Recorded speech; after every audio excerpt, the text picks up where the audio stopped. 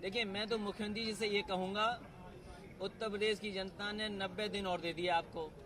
सांडों से खेत बचा लो। प्रियंका गांधी अगर सांडों से खेत बच जाएंगे, 90 दिन है अभी उनके पास। खेत बर्बाद हो गए, किसान की जान चली जा रही है। पहले किसान तो बचे, कई घटनाएं हो रही हैं, लोग जानवर से बचाने के लिए टकरा जा रहे हैं, जान चली जा रही है। अरे कम से कम सांडों से तो फसल बचा लो। 24 घंटे तो दूसरी बात है, वो तो सुप्रीम कोर्ट देख रहा है। उन्होंने बोला सुप्रीम कोर्ट नहीं कर पा रहा, तो हमें मैं ये कहता हूँ, संविधान का 26 जनवरी अभी मनाई है, और अगर 26 जनवरी को किसी मुख्यमंत्री की ये भाषा हो तो समझ लो मुख्यमंत्री कैसे हैं। हम तो यही निवेदन करेंगे कि चलो वो तो सुप्रीम कोर्ट तय करेगा, लेकिन कम से कम किसानों की फसल सांडों से बचा लो। प्रियंका गांधी जी राजनीति में स्नान करने ऐसी खबरें हैं। देखिए, क्या खबर है मुझे नहीं पता, और कुंभ में तो बहुत सारे लोग आते हैं, कुंभ में आना भी चाहिए। यही संगम में सबको पुकारता है, बुलाता है इस समय पर, और हमारे साधु संत बैठे हैं बगल में, उनका आशीर्वाद लेने के लिए सब आते हैं, औरों को भी आना चाहिए। मोहन भागवत ने कहा कि राष्ट्र विरोधी तत्व जो है अशांति फैलाना चाहते हैं देश में। देश बड़ा है और देश बहुत बड़ा है। देश ने बहुत भरोसे के साथ भारतीय जनता पार्टी की सरकार बनाई थी। भारतीय जनता पार्टी ने निराश किया है। न अच्छे दिन आए, न 15 लाख आए, न नौकरियां आई, न जीएसटी से व्यापार बढ़ा। तो वैसी बातें तो करेंगे उनके लोग। भारतीय जनता पार्टी के सहयोगी लोग यही बात करेंगे, और ये बात और सुनने को इसलिए मिलेगी कि भारतीय जनता पार्टी के लोग जो संविधान या संविधान संस्थाओं में जो बैठे लोग हैं, उन्होंने दो शपथ ली हुई हैं, एक आरएसएस की शपथ और एक संविधान की शपथ। तो कभी कभी वो भूल जाते हैं कि शपथ से देश चलाना है या समाज चलाना है। अगले सर आपके गठबंधन पर लड़ने वाले हैं, ऐसा उन्होंने ऐलान भी किया है। मुझे खुशी होगी कि अगर टिकट आपको भी मिल जाए।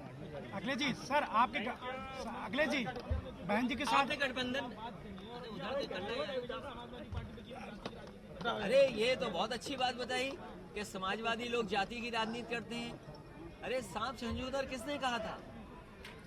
सांप छछूंदर कहा था। और मैं तो आपसे कहना चाहता हूँ, नौजवान हो तुम, अच्छा सवाल पूछा आपने। सब जातियों को गिन लिया जाए। भाई हम कितने, हमसे क्यों कोई नाराज हो? कभी कभी ये कहा जाता है, और इसी धरती से ये आवाज आती है कि यादवों ने सब ले लिया, नौकरी भी यादवों ने ले ली, थाने भी यादवों ने ले लिए, वो कॉपी भी यादवों की बदल गई। आज तो सरकार हमारी नहीं है। तो हम तो ये चाहते हैं सब जातियों की गिन ली जाए, किसी जाति को दूसरी जाति से नफरत फैलाने का मौका ना मिले।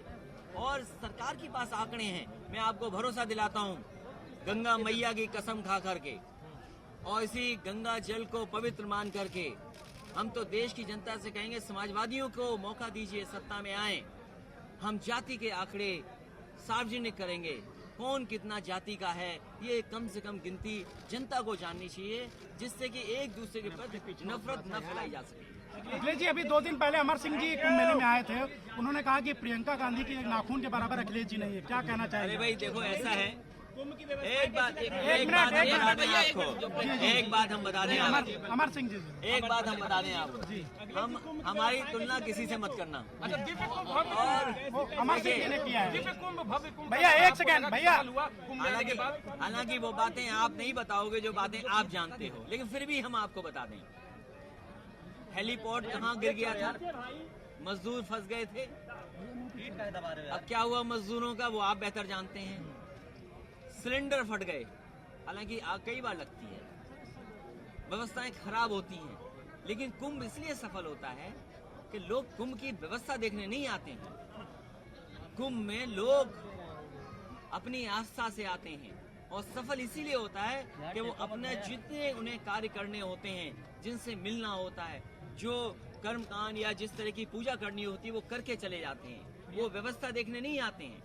प्रियंका गांधी के बाद क्या अब सपा बसपा गठबंधन में कांग्रेस के लिए दोबारा से जगह बनेगी, विचार होगा? क्योंकि पूरब का जिम्मेदारी समाजवादी पार्टी और बहुजन समाज पार्टी ने अपना गठबंधन तय किया है, और मैं समझता हूं समाजवादी पार्टी बहुजन समाज पार्टी का गठबंधन, और ये गठबंधन जनता का है।